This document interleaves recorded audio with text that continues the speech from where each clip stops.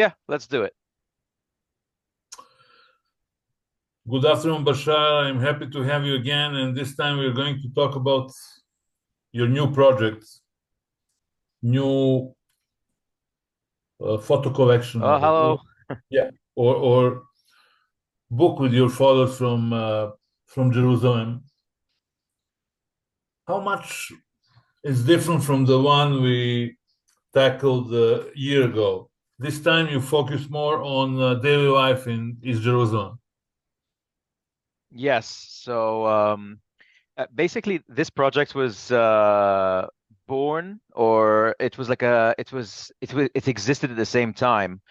I mean, the previous project was a full study of the Aqsa Mosque complex. So the focus was on the architecture, the history, the place. But I have such a love for Jerusalem, and especially the old city, that when I would see moments of people, daily life, things from afar, I would take snapshots. And so while I was working on that project, every day I would be walking through the old city, or I would be in the Haram. I'd spot things and I'd take pictures from my own personal collection. And so like that first book was like a full scientific, pop study, like a documentary of what the history of the site, its different landmarks and things. Whereas the new book is a pure um, candid photography collection of images from the city. And the intention for this one was beyond the fact that it was an aid book for Palestine. It was a sort of, I'd say, a rejection of the pictures and the things we see in the media of Palestine. I wanted to show, life. I wanted to show, people living their daily lives and showing that like Jerusalem is not filled with, what the media depicts as, violent or ignorance and things like this. This was the aim of it. Of course, violence is part of the daily life of people there because of political involvement of different parties. But at the same time, life didn't stop. And No, what life part goes of on.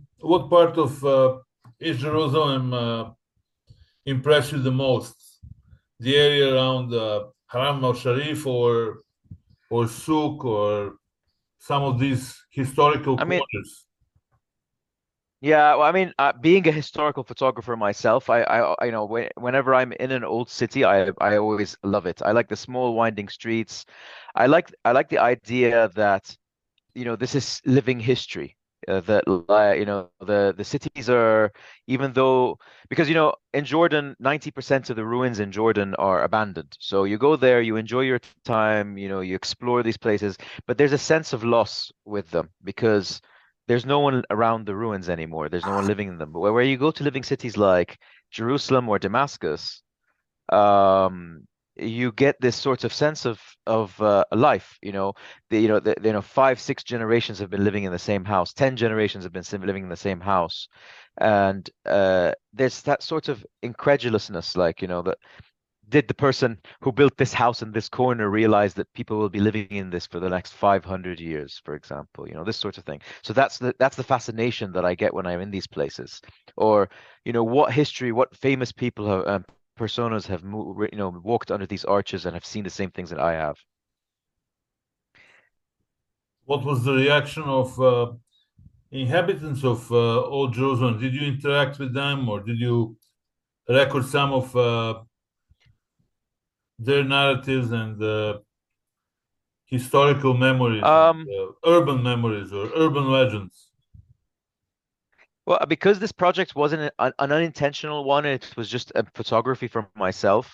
It's a bit of a mixed bag because on one hand, you take pictures and like you'd interact with people, and as soon as people found out I was, Arabic, they would chat with me and we would discuss the situation and things like this. But there was not sort of like a documentarian approach to finding out more about them and their lives. It was just sort of like, a lot of people would come up to me and ask me to take pictures of them, and that's would start the conversation. So I learned a lot about them, and I met so many people, but it wasn't, part of the project per se. Yeah. What do you think about Arab cultural institutions? Do they have access to preserve and protect the cultural heritage in Jerusalem? Because we've seen that archaeological sites, historical monuments, sacred architecture is totally destroyed and razed to the ground in Gaza.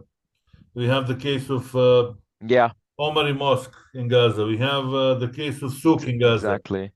Different churches, different mosaics, archaeological sites from Bronze Age, archaeological sites from early Bronze Age when Egypt established its first colonies and established political and economic dominance over southern Levant. And unfortunately, it's Yeah. all gone. It's all gone, and I don't know how international Well, I mean, institutions are going yeah, to revive what was destroyed during different Israeli campaigns, because the one from 2023 is just the worst, and the aggression on Gaza, fourth aggression on Gaza since 2007-8. yeah. I mean, in term Jerusalem's a bit of a unique beast because I mean, in terms of Arab institutions trying their best, they try really hard in the face of an occupation, and an occupation that's, clearly trying to take over and dominate. But on the flip side, for example, like when we talk about the Haram itself, um, the renovation and the restoration that has been conducted on the Haram for the last 100 years by the religious authority Yeah, and supported by the Hashemites, they've done an amazing job. But when you're on the ground and you talk to them, it's like doubly incredible with, in the face of the occupation. Example, like there's the famous restoration lab that's inside the Haram in one of the schools.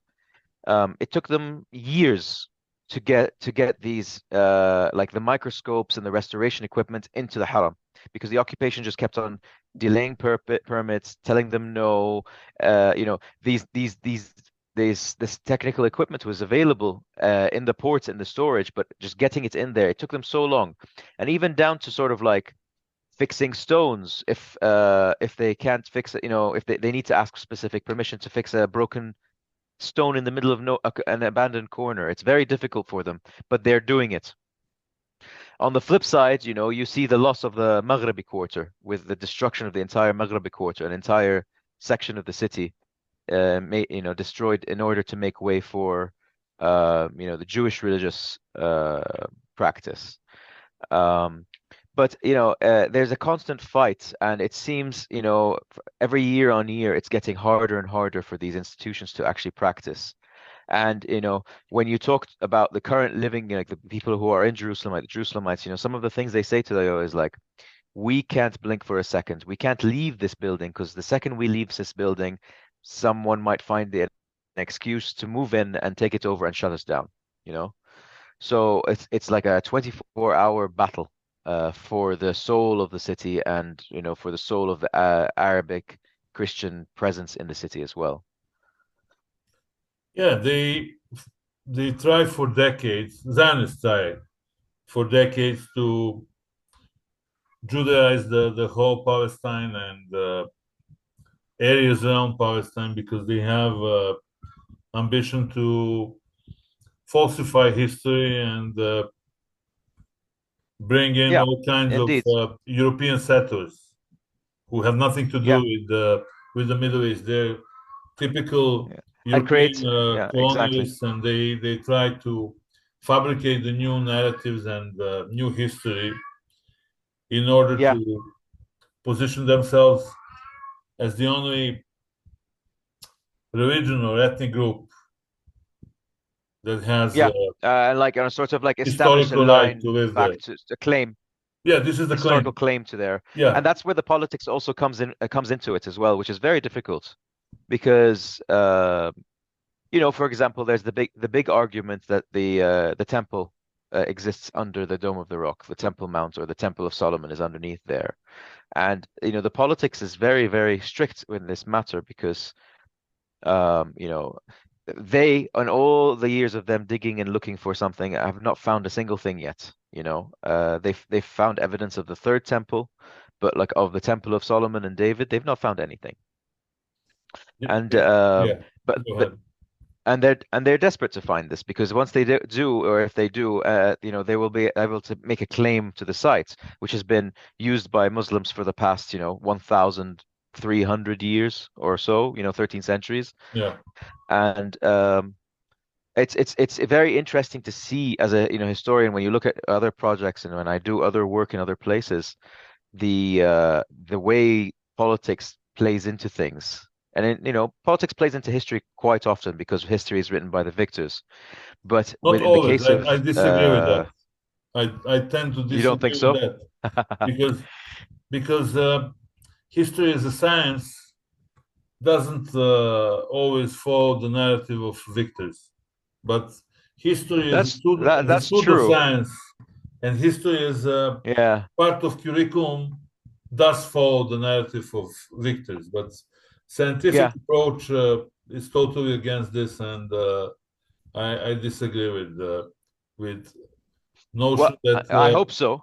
yeah, I disagree with the notion that I do if you hope if so. you level Yeah. everything in Gaza, suddenly Gaza will become the center of Ashkenazim from Ukraine and Russia.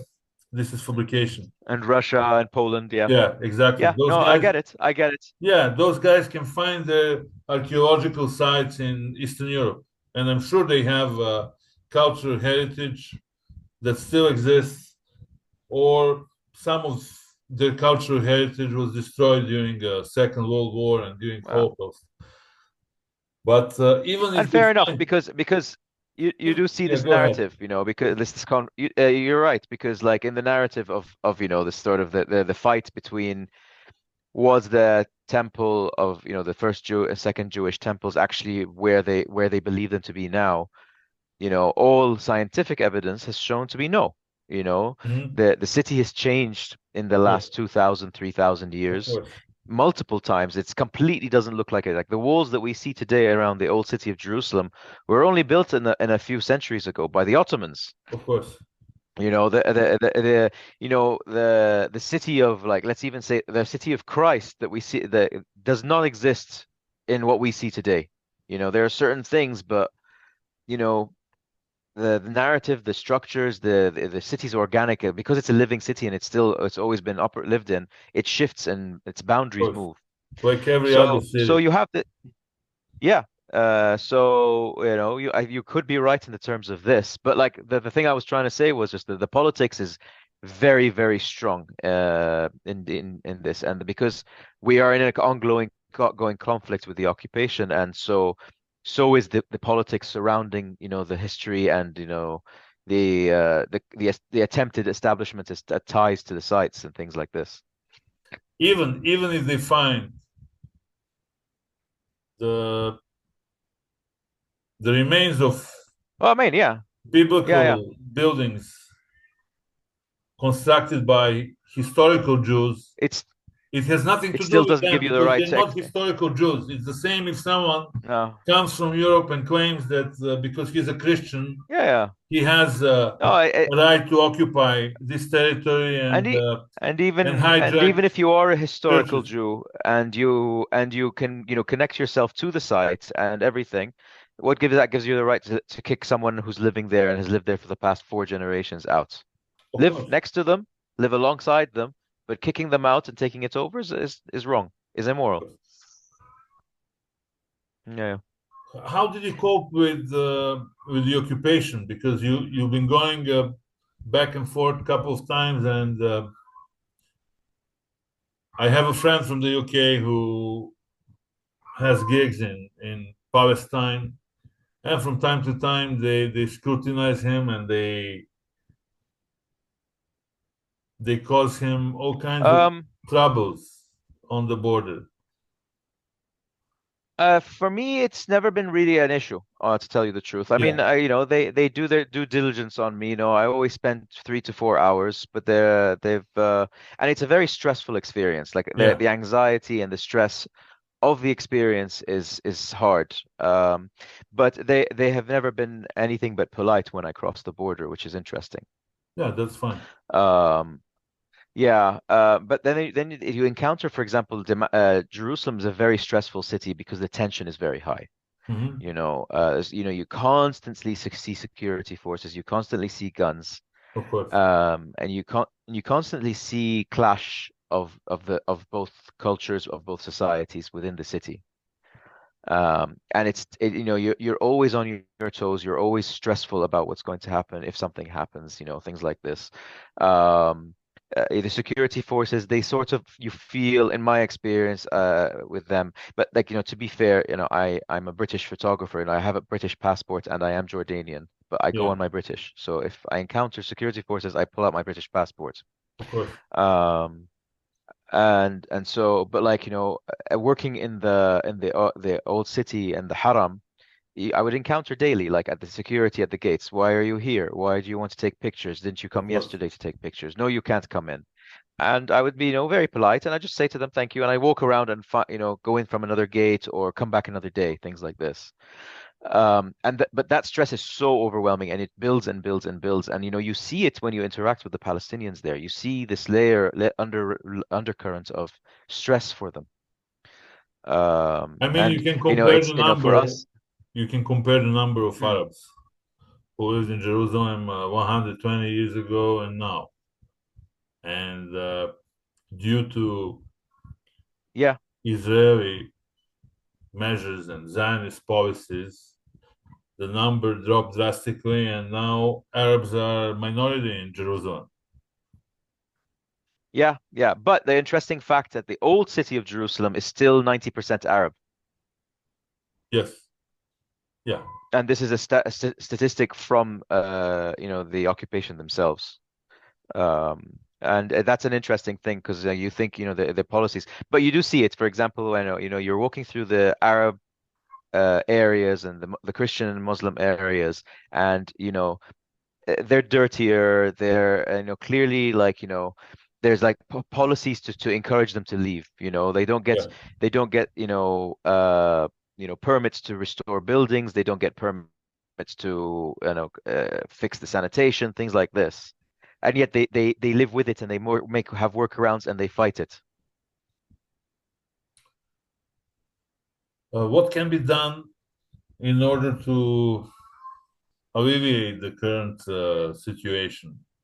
How can Arab institutions in the region, particularly Jordan, because Jordan is a custodian of Is a hub. holy Christian and holy Yeah. Muslim sites in East Jerusalem. I mean, from what I've seen and from my interactions with these institutions, they're already doing the best they can, and they're doing really well, honestly.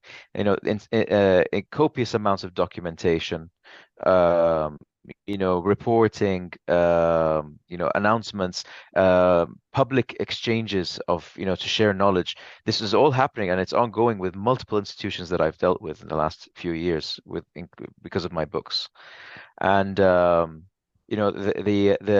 think the big challenge for them is to not let the current situation, dishearten them and have them slow down, and just into to actually do the opposite, to encourage them to keep on going. Are you planning in the future to go to the West Bank and take shots in East Jerusalem? Uh, so Yeah, of I course. haven't been since October 7th. I've not been able to go. Yeah, Not personally, it's very difficult to go and deal with that situation out there. I yeah. would love to go back, as there are other projects I would like to share and do work on. But under the current climate, it's too difficult to go and deal with it, and work there. In fact, like, I'm shifting my focus to other parts of the region, and in the mean trying to pass time until things calm down and then possibly. So the general answer is yes, I love that place. I love Palestine. I love the West Bank. I love Jerusalem, and I would love, to go back and could do more projects out there. Did you plan to go to Hebron and take photos of old uh, old city, I old city, and the yeah, Cave of Patriarchs?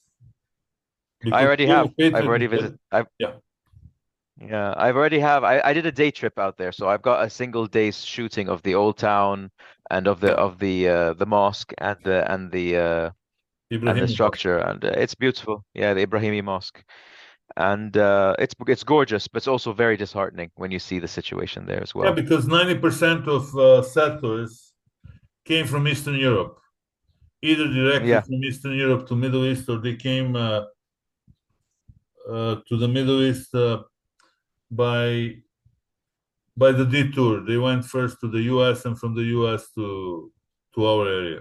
But none of them is yeah, original Jew. All of them are yeah, Ashkenaz settlers and typical far right Messianic Zionists. And unfortunately, those people are yeah. growing in number, and I don't think that in the near future we're going to have political dialogue between two sides. I hope I'm wrong. In the near future, me too. I agree. I think no, no nothing would be make me happier than like things calming down. Exactly. Because Um, because there are people who but are moderates also from Israeli sides, but they're outnumbered by far right extremists. yeah. This is the issue. I think this is the big challenge for Yeah, them. I'm not going to generalize and say that all people there are anti-Arabic or all of them No, of course not. Of course not. are No. Messianic Zionists and far right But hotheads. it does seem like but it does seem that the ones in charge are. That's the sad thing. Yeah, yeah, and this is the trend for the past 50 years Mm. since late Yeah. 1970s. They keep voting for far right parties, For and more. each government is more extreme than the previous one. Yeah. What people in Jerusalem think about the current situation? I mean, Arabs in Jerusalem. Uh, I don't know. I've the ones I have spoken to in the last year and a half, they're we mostly talk about, the economic situation for them, and they tell me like it's very quiet in Jerusalem now, and like it's very hard to make a living because the situation even for them, and they've not really spoken up much about it. I mean, I'm sure they disapprove of the situation, but like my exchanges with them has just been sort of melancholy, I guess, um, at how things are. But I have like the things I have heard is like, Jerusalem is as especially the old city is very quiet these days. Yeah, and What's, surprisingly so, because even tourists have stopped like sort of like decrease in a large number. what's your favorite part of Eastern Jerusalem? That's a very big challenge. Or I mean, I five, think it's five, probably five the ha favorite spots.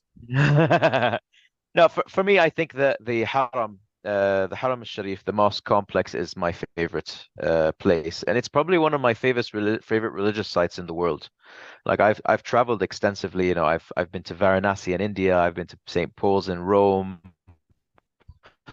I've been to Mecca, and like even like out of all of them, I think this space was the most atmospheric and alluring and romantic out of all the places I've been, and I think it's because it's not just a religious site, it's a school campus, it's a public park, it's a social gathering center and a religious shrine that makes it this very magical spot.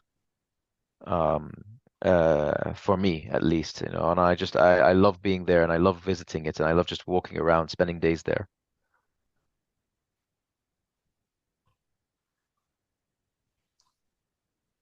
Do you think that if the current situation normalizes the dialogue between different confessions, the interfaith dialogue will be possible. So that Oh yes, each certainly. denomination, including people who follow Judaism, with 1 million of their sects, will be satisfied to share Jerusalem as some kind of monotheistic center of the world. This I think the answer to that is depends on power dynamics, right? So if the power dynamic is equal, then of course they will. Everyone will. But because the power dynamic is so shifted or imbalanced, you know, if you're in a position of power, of course you will, dominate the narrative or insist on what you want more than like trying to share and things. So the current situation, I don't think so. Yeah, In a utopian future, yeah, it's I think it's very definitely very possible. I optimistic think in a from more your side. balanced future, yeah, in a more balanced future, I think there might be. I think faiths, all of them at their core are about getting along with your neighbors. It's only when extremist elements take it over that it becomes not about that, and becomes more about your own people.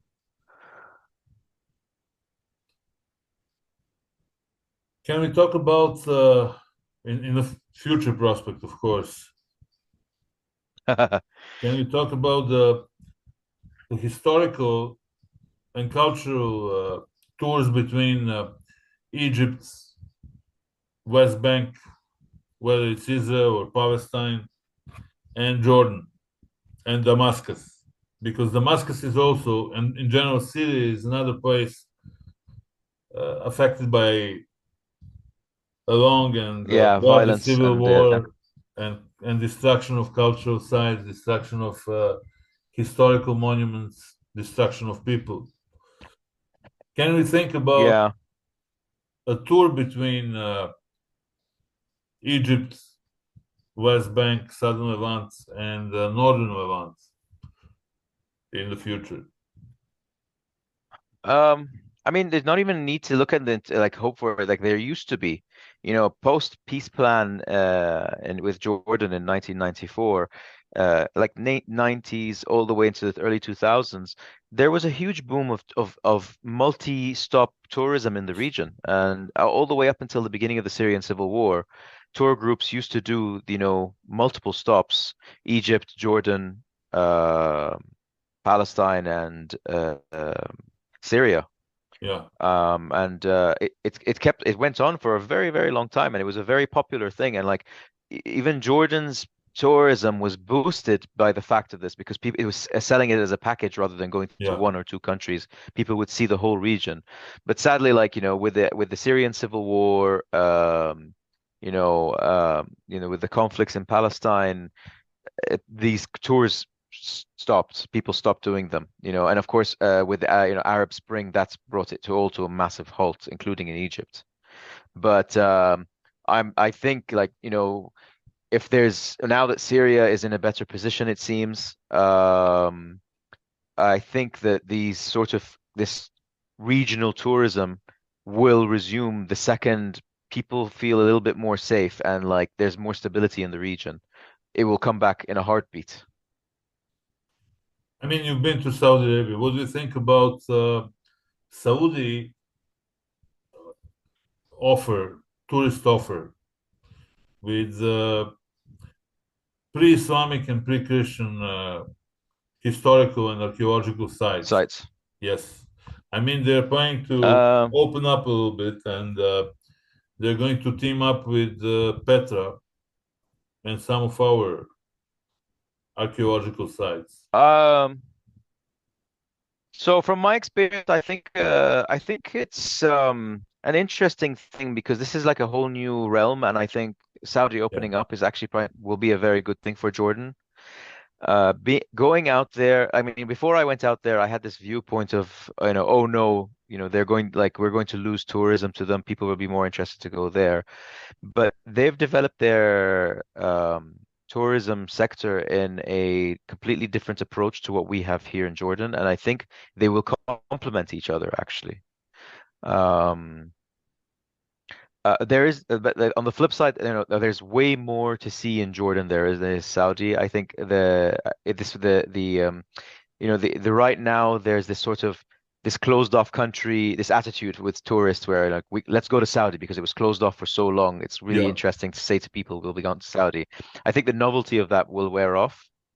Um, and if they continue to develop, it will be replaced by a new approach and a new attraction. But in the meantime, um, you know, the combination of the two countries might actually work. And in a regional tour approach for all the countries in the region. If like I said, stability, Saudi will just be another stop and another extra few days, which is better for like, tourism and income for the industries here.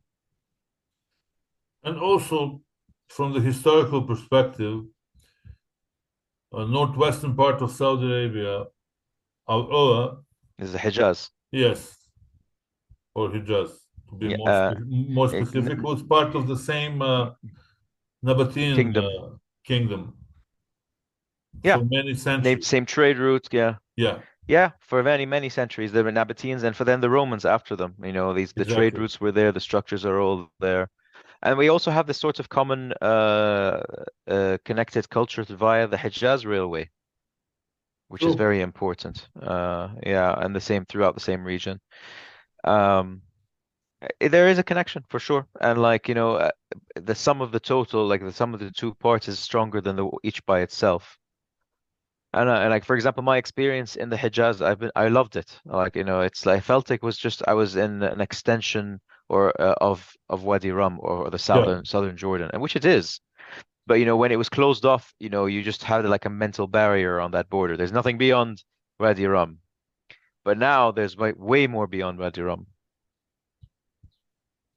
What do you think about the possibility of extending the Hijaz Railway from Mecca, Medina to Istanbul, Turkey, through Syria and Jordan? Oh man, so I'm a huge train fanatic. I love it. In fact, one of the projects that I wish I could do one day is like a modern, visual exploration of the entire railway, like the Hejaz Railway. And there's nothing I firmly believe in like this sort of train transport connecting cities, and it would make the region much smaller and give access to the general public to be able to go to these different spots. So I'm a huge fan of this. Sadly, it seems that like, the will is there, but the implementation is not because for years, every year we sit down and we hear they've signed new agreements to revitalize the railway and nothing ever happens, nothing ever grows out of it, sadly. But it would be my dream to see, even in Jordan, like if here, Of course. imagine just having like a rail line down to Aqaba with a second track going into Petra. Yeah. No need for cars, just sitting there in a train and enjoying it. And And I think it would 100% boost it would boost internal movement and tourism. It would just be beneficial all around. I mean, for the time being, they're using part of the Hijaz Railway to transport potash from the south Phosphates, to the north. yeah, potash, yeah. Yeah. This is the only thing they use, or they have a Yeah, a very very small section, small sadly. section for tourists.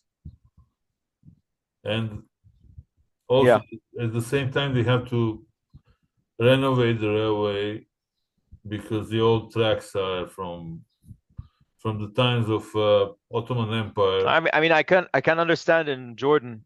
Yeah, like it's an old gauge, like it's a small gauge railway, and not just this, but like because, for example, like there's also like the economic impact of how do you go back about restoring the railway and creating a new line? Because the city of Amman, for example, has grown around the railway completely. Yeah. How would you get all that land back in order to build a better railway for it not to be interrupted as it passes through the city? Like there's all these different questions and logistics, and obviously money is the big issue with that.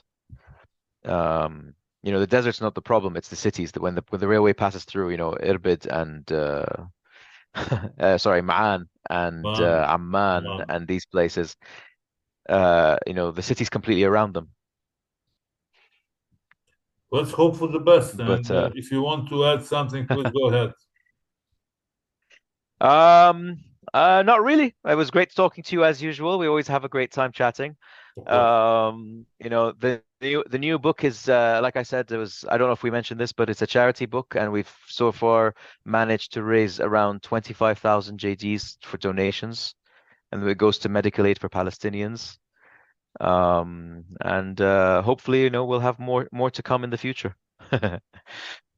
Thank you so much. And we're going to see each other Yeah, in a few weeks. There's another lecture at hopefully. April on 26th. Ah, nice. All Very the good. best. All the best and see you All soon. right, take care. Bye bye. All right, take care. Bye bye. Bye.